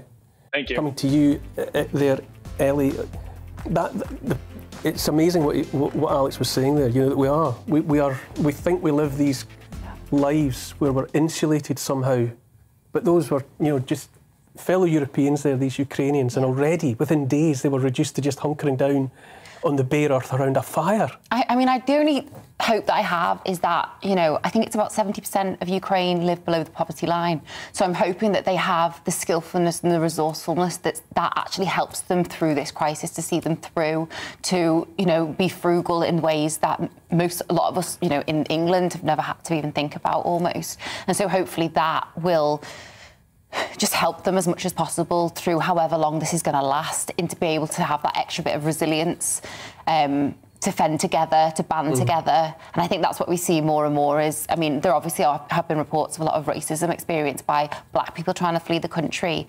But then there's also been, you see a lot of women gathering together who are, building things that can be used to protect everyone. And that sense of community, I think, on the ground, for people staying, people fighting, has become really clear. And I don't think that it's brave. I think it's sad they're having to do it, but it is testimony to Ukrainian people that they will work together, they will stand their ground, and they'll do whatever they can. Tony, it is salutary, isn't it, as Alex said, that our lives are to some extent a very fragile veneer. So easily wrested away from us. And as he said, depending on the decisions that politicians make, any of us, I think, face that as a possibility. I think not only in war, often when you speak to people that are living on the streets, and you find out just one or two things that happened that could happen to any of us that left them in that terrible situation. Yeah. But at least there was a little chink of light in the darkness, I felt, from the couple in Kent that were actually getting all this stuff together to send, and at least makes them feel that they're doing something and they're contributing. And, you know, there is still goodness in the world more than evil. And what strikes me over and over is that it is just a short plane journey away. Yeah.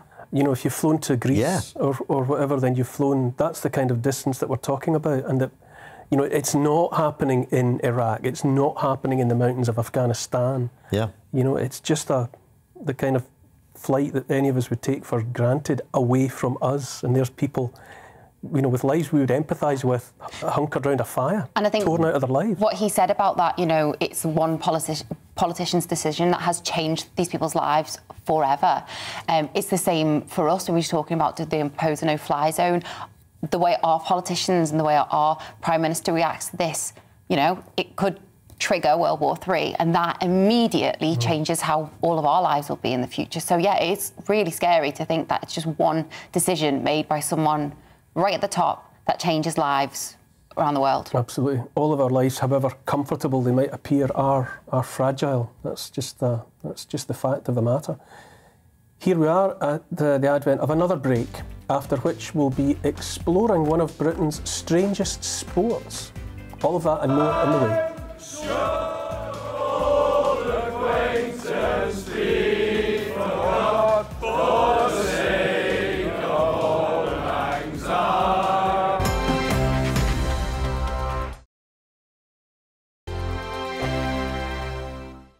GB News is the UK's home of discussion and debate. From all perspectives. To stay up to date on the latest stories, make sure that you subscribe to the GB News channel right here on YouTube. You can watch us live 24/7 across the whole world. You can also check out exclusive content and catch up on previous episodes of your favourite shows. Every day, we ask the questions that you'd ask, so why not add your voice to the conversation in the comments section? Don't forget to subscribe. We are GB News, Britain's news channel. Every night at 11 on GB News, we bring you the next day's stories the day before. Basically like time travel. If it's a big story, we'll cover it, guaranteed. But we'll also have some fun along the way. Big opinions, big laughs. Sometimes big hair. This is Headliners, the paper review show that won't send you to sleep like the others will. 11 p.m, 7 nights a week. Join us.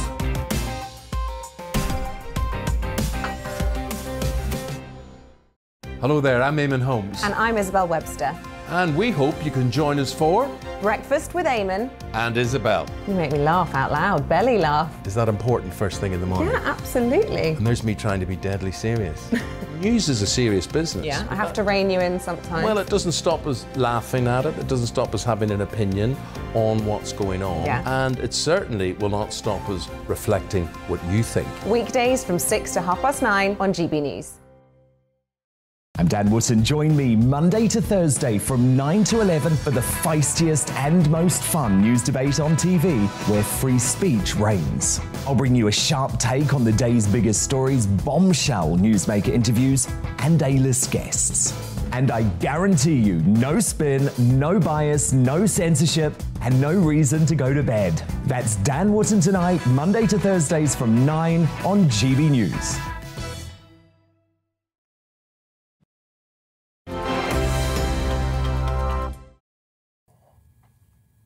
Welcome back. Now, this is one for the sports fans among you, but I'm hazarding a guess that it might be a sport or a manifestation of a sport that you haven't seen before. It's the annual game of Shrovetide football, and it happened this week with the Uppards beating the Downers 3-1 in Ashbourne in Derbyshire. The teams are decided based on their location in relation to the river that runs through the town. And it only gets more bizarre from there. To help me try and make some sense of it, I'm joined by Ed Haig-Saunders, who's a sports journalist. And not only that, he played in that game during the week just past. What on earth is all of that about, Ed? Talk me through it. I could try and explain it to you, but I don't know how long we've got. I don't think there's time for me to explain it all to you. But are there rules? As you said, yeah. No rules, pretty much. I think one of the only rules is, you know, if you see someone in danger, help them out and make sure they don't get badly injured. As you said, it's a game played on Shrove Tuesday and Ash Wednesday, and it's played over 2 8-hour periods each day. We're looking at pictures there. I'm guessing it was 1,000 a side. Pretty much, yeah. There's so many people. I don't think I've ever seen so many people in such an area like that. I know my mate was born in Derby and goes to university in Oxford, and he brought about 6 or 7 of his mates up to play. I'm not from Ashbourne, but I got involved, as you said. There's so many people, and it's a great day out, but it's quite bizarre. At the heart of it, the thousands notwithstanding, what is the point of the objective of the game? What is actually happening there? So as you said, the teams are decided on based on where you were born in relation to the river, and it's about getting the ball back to your area. And there's 2 plinths, sort of, that were designed for the game, and you have to get the ball back to your area and goal the ball, as it's called. It's not score, it's goal, as I've been told. And yeah, you have to place the ball, tap it 3 times, I believe, on your sort of brick plinth to score or to goal. So rather than trying to score a goal in your opponent's end of the field, on the contrary, it's all about trying to take possession of the ball and bring it back home. Did you manage to goal during your experience of the game? I didn't know. I think it's a bigger, well, for me personally, it was more about getting a touch of the ball, which I didn't do this year. I played in the last one before COVID-19, and I actually got a touch of the ball. But this year, no, I wasn't able to get a touch of the ball. And the people that are, I think goaling a goal is so rare that the people who goal a goal are sort of held as local celebrities, and they get to keep the ball, and there's interviews done with the person that goals the goal. And interestingly, the person is sort of elected on the way. You know, it's such a vast distance between the 2 goals that they sort of elect a person to score, and then they're sort of hailed as local celebrities. It's crazy. What is the distance between the 2 goals? I believe it's 3 miles. It's 3 miles there or thereabouts, I think, yeah, between the 2. And how long have people been playing that game in that way, in that part of the world? The earliest recorded Shrovetide games come from the High Middle Ages, sort of 1066 to 1272 period. So they've been playing it for a hell of a long time. It's a game full of tradition and something that, yeah, you know, the people of Ashbourne really love and really cherish as part of their community. Did you see any injuries? It looked like the sort of situation in which a young man might come to grief. I saw, I didn't see any injuries, but I saw a couple of fights and a couple of people, you know, really, really getting involved. And I saw sort of it's a massive scrum, and the scrum sort of moves around the town of Ashbourne, and they were scrummed up against a wall. And, you know, the stewards had to step in and say the wall's about to collapse. You have to try and move it the other way a little bit, which, you know, as you can probably tell by the pictures, is a very tough thing to do. But I didn't see any injuries, but I saw a lot of fighting, let's put it that way. Is it for everybody, or do you have to have some sort of territorial claim on that part of the world? Do you have to be from there, or, you know, can you import ringers from here, there and everywhere? No, I played, and I was born in Wolverhampton, so I think, as I said, my mate was born in Derby and goes to uni in Oxford, and he brought about 7 or 8 of his mates up to play and get on his team. So it's an incredible game, but I think that it means a lot to the people of Ashbourne, and, you know, they wait for it every year. I was interviewing a few of them.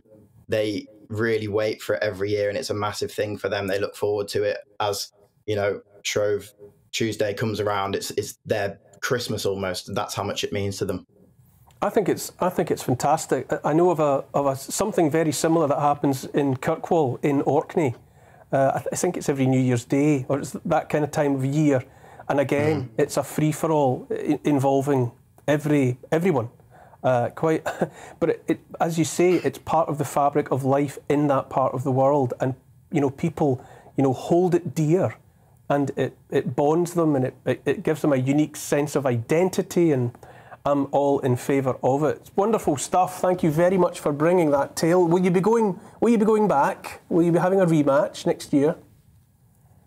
Definitely. I played in 2019 before COVID, and I got the opportunity to go with my uni again, and I jumped at the opportunity just because you meet people you never thought you would have met. You go to a pub with someone from Ashbourne that you've never even met in your life, and you just ask them what team they're on, and they say what team they're on, and you literally just talk, and you can have a 5-minute conversation just about the team and the game. It's an incredible game, and if anyone have seen this and wants to get involved, I'd say definitely go jump at the opportunity, and you won't regret it. It's a great day out.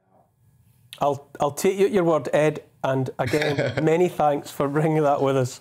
Stay safe out there. No worries, thank you. Thank you. Tony, it's I love these stories because they're about the fabric of our unique nation, aren't they? Yeah, indeed. You go looking and you find these local peculiarities, but they're part of what makes us us. There is one somewhere, I'm not sure where it is, where they roll a big cheese down a hill and chase after the cheese. I think what I'm going to do is just stick to skiing. I think it's far more safe. Oh, I very much doubt it. I think skiing's about the most dangerous thing a person could do. I've never met a skier yet that hasn't spent time in traction. So my wife has. No, I bet, yeah, exactly. But not me.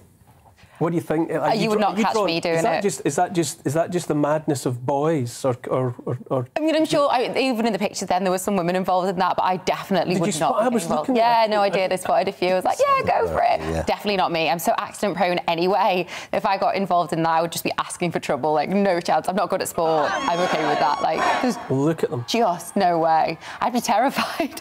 It's great before the rule book of association. Oh, look, that's a goal being scored. Look, that's them. Oh, that's what we're talking about. But before the rules of soccer, which is association football, and rugby were formalised relatively recently, games like this were all over the place.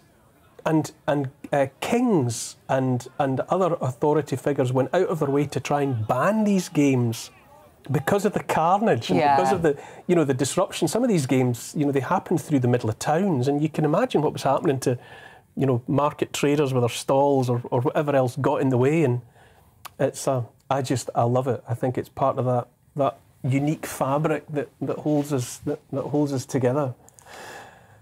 If you're a regular viewer, you'll know that Saturdays with Neil Oliver would not be the same without a great archaeological find. Archaeologists in Wiltshire have unearthed a gold medieval brooch, and I think we're going into a break. Is that right? Oh no, we have our guest now. That's excellent. The brooch that has been unearthed is it's of medieval date. It supposedly has mystical qualities. The protection the brooch gave may have been related to times around pregnancy and childbirth. Inscribed on the artefact are the words, "Thou art mighty forever, O Lord," in Hebrew and in Latin.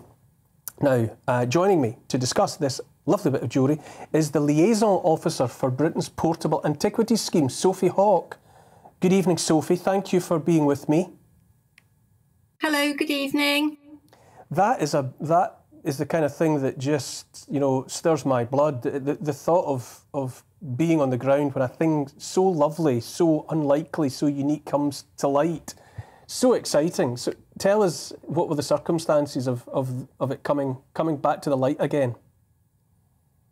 The circumstances were, it was found by a metal detectorist in Wiltshire in March 2021 during lockdown. And it's such a beautiful piece of jewellery. The metal detectorist contacted me because it's treasure. That is, it's more than 300 years old, and it's more than 10% precious metal. The detectorist rightly contacted me because treasure finds have to be reported to the coroner within 14 days of them being found, or the detectorist realises that they're treasure. And so he got in touch with me, and it was duly reported to the Wiltshire coroner, and it's going through the treasure process. There's something very special. It's spectacular to find a piece of precious metal from the past, of course it is, but to find something with a message engraved upon it, it's like a message in a bottle, isn't it? It offers that kind of intimate glimpse of the way people are thinking. It says so much more about the time it comes from. Yes, it's an exciting find. I work with the for the Portable Antiquity scheme. I'm the Finds Liaison Officer for the I'm the Wiltshire Finds Liaison Officer for the Portable Antiquity scheme, and we have a big database which you can look at on finds.org.uk. We record finds made by members of the public and treasure finds. And when I was recording this, I couldn't find many, or any, in fact, any other brooches with this full inscription on. You can see the picture of it. It's a super item, and so it's actually got four surfaces to the brooch, which is quite unusual, and it has a Christian prayer.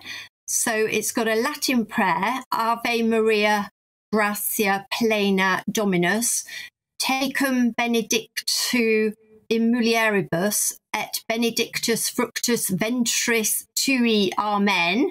So that's the Roman Catholic Hail Mary, full of grace, the Lord is with thee, blessed art thou amongst women, and blessed is the fruit of thy womb, amen. So that's on 3 of the surfaces, and then on the 4th surface it has the initials AGLA, which is a sort of Latinized version of Hebrew, initial letters of Hebrew words, as you've said, Athagibia Leilam Adonai, thou art mighty forever, O Lord. And that's considered to be a charm against warding off fever in the medieval period. So, yeah, bit of magic.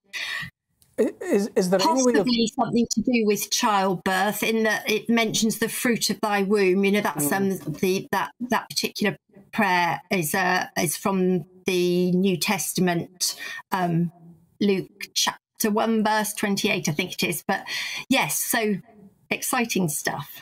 Is there any way of knowing whether it was lost by accident, or whether it had been deliberately, set aside in that way that people were in the habit of sacrificing precious items, in hope of a reward? Yeah, no, I see what you mean, but no, I think it was probably lost. It's such a lovely item, and often things are damaged before they're sort of ritually damaged. I hate that word, but ritual, but I don't think that this is the case with this one. I think this is probably just lost, and it must have been really frustrating for the person that did lose it, because it's such a lovely piece. Would it have been high status? Are we talking about something I think to own it? Would you have to have been someone of note? I think you would have done it, as it's such a nice item.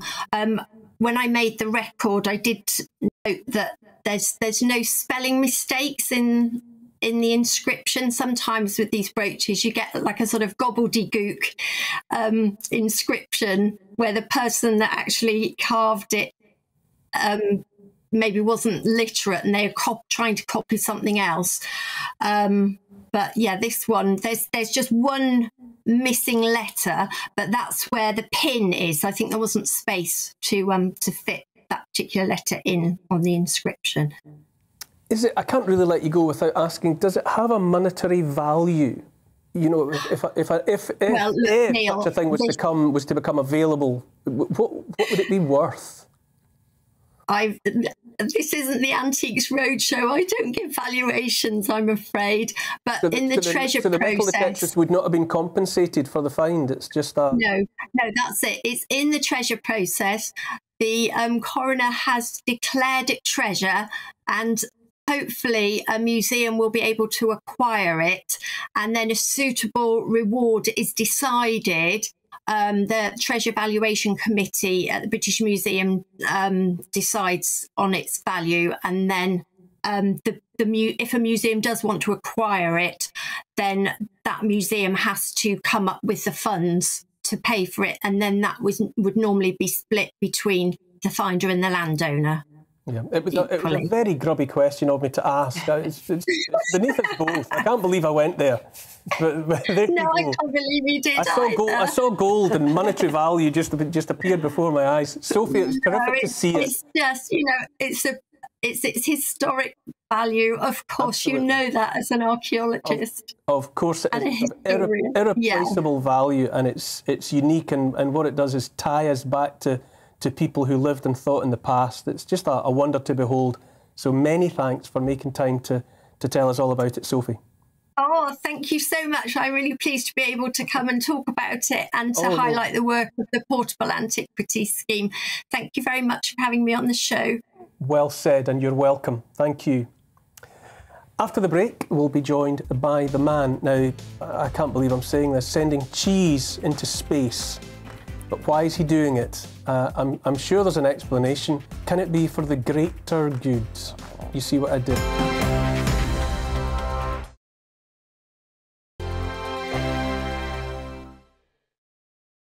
GB News is the UK's home of discussion and debate from all perspectives. To stay up to date on the latest stories, make sure that you subscribe to the GB News channel right here on YouTube. You can watch us live 24/7 across the whole world. You can also check out exclusive content and catch up on previous episodes of your favourite shows.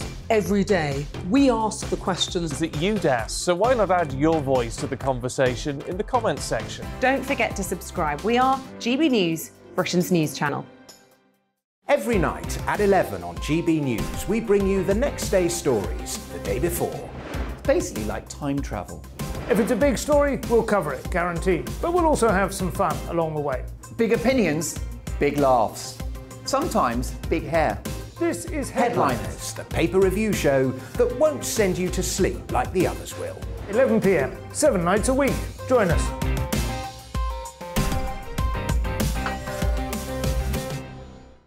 Hello there, I'm Eamon Holmes. And I'm Isabel Webster. And we hope you can join us for Breakfast with Eamon and Isabel. You make me laugh out loud, belly laugh. Is that important first thing in the morning? Yeah, absolutely. And there's me trying to be deadly serious. News is a serious business. Yeah, I have to rein you in sometimes. Well, it doesn't stop us laughing at it. It doesn't stop us having an opinion on what's going on. Yeah. And it certainly will not stop us reflecting what you think. Weekdays from 6 to 9:30 on GB News. I'm Dan Wootton. Join me Monday to Thursday from 9 to 11 for the feistiest and most fun news debate on TV, where free speech reigns. I'll bring you a sharp take on the day's biggest stories, bombshell newsmaker interviews, and A-list guests. And I guarantee you, no spin, no bias, no censorship, and no reason to go to bed. That's Dan Wootton tonight, Monday to Thursdays from 9 on GB News.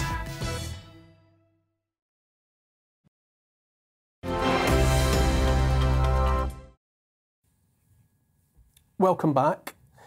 Now, prepare yourselves. A self-styled cheese enthusiast plans to launch a piece of Stilton into space.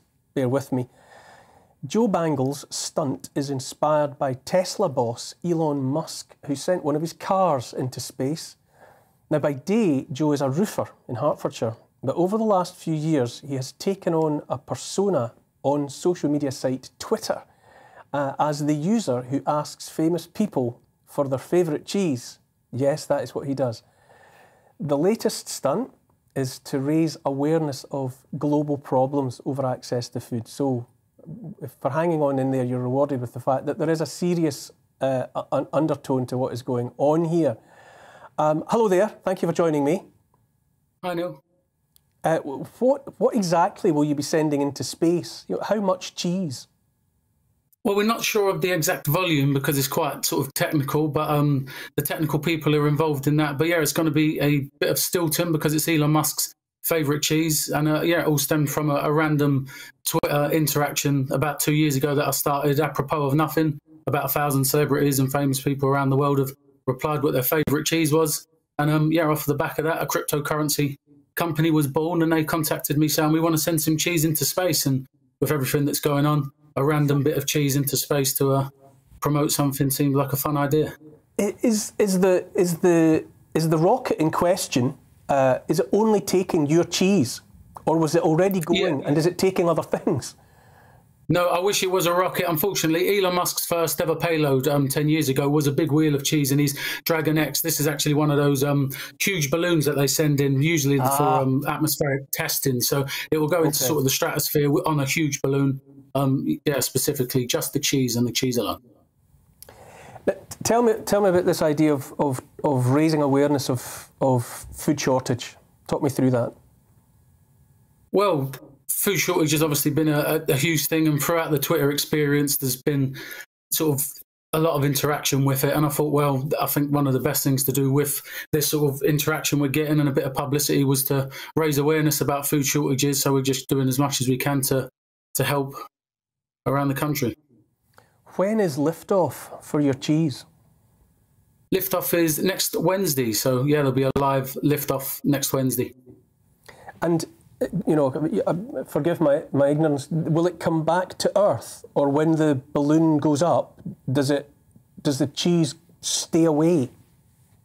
That's a very good question. I'm actually unsure if I'm going to be standing with a basket looking to catch it when it's falling back through the atmosphere, but presumably they've got that in hand. But yeah, it was completely random. It wasn't my idea, actually. It was 3 weeks ago off of the back of Elon Musk's reply, a cryptocurrency organisation created a cryptocurrency called Stilton Musk, which they've done off of the back of that and said, look, would you like to get involved in this thing? So they're the masterminds behind it. They're the guys that are funding it. And as a huge cheese enthusiast, that's why they decided to get me involved.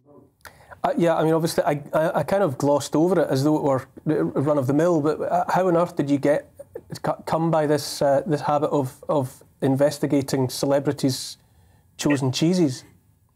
Well, a few libations were had 2 years ago. I joined Twitter in April 2020. My first ever tweet was to Lord Sugar, just said, "Evening Sugar, what's your favourite cheese?" And he replied, and I thought, well, I didn't realise celebrities would interact with you. Within 24 hours, Brian Cox, Professor Brian Cox, Monty Python legend, John Cleese and Andrew Neil were the first 4 people to reply. And I thought, well, if they're replying, who else might reply? So we've had Lords, Ladies, Elton John, the Kremlin's official Twitter account, Mark Drakeford interrupted a live briefing about COVID in 2020 to answer my question on a live interview. Angela Rayner, Sadiq Khan, we're talking a lot of politicians as well. So yeah, everyone seems to like interacting with the question, bizarrely. Why? What is it about cheese that that opens all these doors? You know, of all the questions you might have chosen to ask, famous people. What is it? Do you think about asking them about their favourite cheese that makes anyone and everyone just open up? Well, I think there's over 5,000 different cheeses in the world, and I think it's such an inane question on the face of it. But when somebody's actually posed the question, it actually seems to open up a lot of memories for people. And yeah, for some reason, so many people like to answer, which has been fantastic. What is your favourite response that you've had? Who from and which cheese? To be fair, because I was a huge fan of Monty Python growing up, and that was the reason why Elon Musk launched cheese into space in the first instance, was because his famous cheese shop sketch. So he replied Venezuelan beaver cheese, which I thought was fantastic. Excuse me? Yeah, well, thankfully, it was a part of the comedy sketch. You cannot actually milk a beaver, I'm happy to say. But yeah, Venezuelan beaver cheese was his favourite choice. So yeah, it's always fantastic when people like that reply. That is absolutely brilliant. Venezuelan beaver cheese. We're not going to top that. So I think we should leave that conversation there. I wish you all the very best with it. It's a noble cause. Anything that places and maintains people's attention on the shortage of food around the world, it has to be well worthwhile. So well done for doing that, and thank you for joining me this evening. Thank you, Neil. Thank you, Ed. That's brilliant, isn't it? It's good to have a nice story. And of course, it's a question that politicians can answer truthfully without a focus group. That's a very good, yes, it's one of those nice, safe, this cannot possibly get me into any kind of trouble type questions. What cheese would you send into space, or indeed nominate simply as your favourite? So I actually have a smell and taste disorder, but before I got that, brie was my favourite, like brie all day long. And I think the reason people will respond is, you know, Twitter can be quite an evil place sometimes, but when you're asking someone like quite a fun question about something that, like, oddly, I think people are quite passionate about their favourite cheese. Like, everyone has a favourite cheese. Yeah, I think people are quite passionate. Yeah, like, you can't just say that.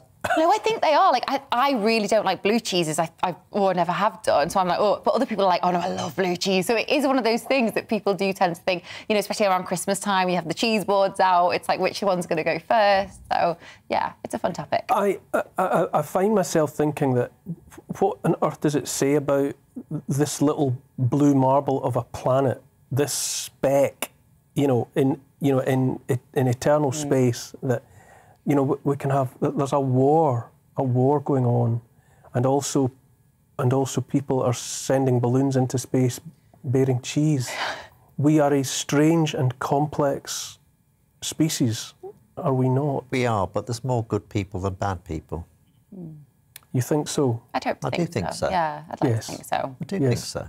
I prefer to think that is also the case, and Again, it's like that. It's like that football game. It somehow reminds us that there are all sorts of ways in which we are connected one to another. And if we could somehow just celebrate those connections rather than constantly finding division, you know, what an indescribably better place it would be. People want to be left alone to get on with their lives, and it's politicians that often spoil that for various reasons. I mean, there are obviously lots of big vested interest in what's going on in Ukraine with the United States, with Russia. There have been lots of elections in Ukraine in the past sort of 10 or 15 years, all of which have been interfered with by various sides, instead of leaving the Ukrainian people to make their own decision. I think I should probably acknowledge some of the social media that's been coming in just before we close. Omar says, I don't really believe anything in the Western media anymore since Brexit and COVID. They have lied so much it's impossible to see what's true and what is fake. Emily says, a no-fly zone is a ridiculous proposition. I hope never to be dragged into a European war in my lifetime, and so say all of us. Phil says, Neil is viewing the Ukraine crisis through his libertarian prism of the individual and big government. It's not a rerun of COVID. He never seems to mention sovereignty and the nation state. The big issues are straightforward here and not clouded. There's a moral black and white to this. The invasion by a dictator like Putin is of a neighbouring democracy, free people and proud nation. Thank you for that. That's all from me on Neil Oliver Live. Ellie, thank you. Tony, it's been a pleasure having you. My thanks to all my guests as well. Next up is Mark Dolan tonight, and I'll see you at the same time next week. Looking ahead to tomorrow's weather, and the UK is looking bright but chilly at first for most. However, there will be some cloud in the south. Let's take a look at the details. Zooming into the southwest, and we'll see a mix of cloud and some sunshine during the morning. The cloud may be thick enough in places to produce some light rain. Heading east, and there'll also be a fair amount of cloud around. However, it will be a brighter start for some compared to Saturday. Across into Wales, and it will be a sunny but frosty start in the north and west, but towards the southeast, skies will be rather cloudy. The Midlands and northwest England will get off to a bright but cold start on Sunday. The spring sunshine, though, will help to begin to quickly lift the frost and any fog. There'll also be some frost and fog around first thing across northeast England, but for many it will be a bright start. It'll be breezy, though, towards the North Sea coast. Scotland will get off to a very cold start with a widespread frost and some freezing fog patches. The compensation will be plenty of sunshine, and this will continue throughout the day. Northern Ireland will also see plenty of sunshine on Sunday morning, but like in Scotland, we'll see a widespread frost and a few freezing fog patches first thing. Heading towards lunchtime, and we could see a little rain in the south, but further north it'll remain dry and sunny. And that is how the weather is shaping up during tomorrow morning. On Mark Dolan tonight, in My Big Opinion, as Sage are disbanded, I say good riddance. My Mark Meets guest is Donald Trump's former head of communications, Anthony Scaramucci. How would Donald Trump be handling the Ukraine crisis? Also on the show, has the pandemic killed free speech? We hear from former government minister Edwina Currie and Fleet Street and radio legend Mike Porky Parry. And in the news agenda with my panel, why do people commit adultery? See you at 9.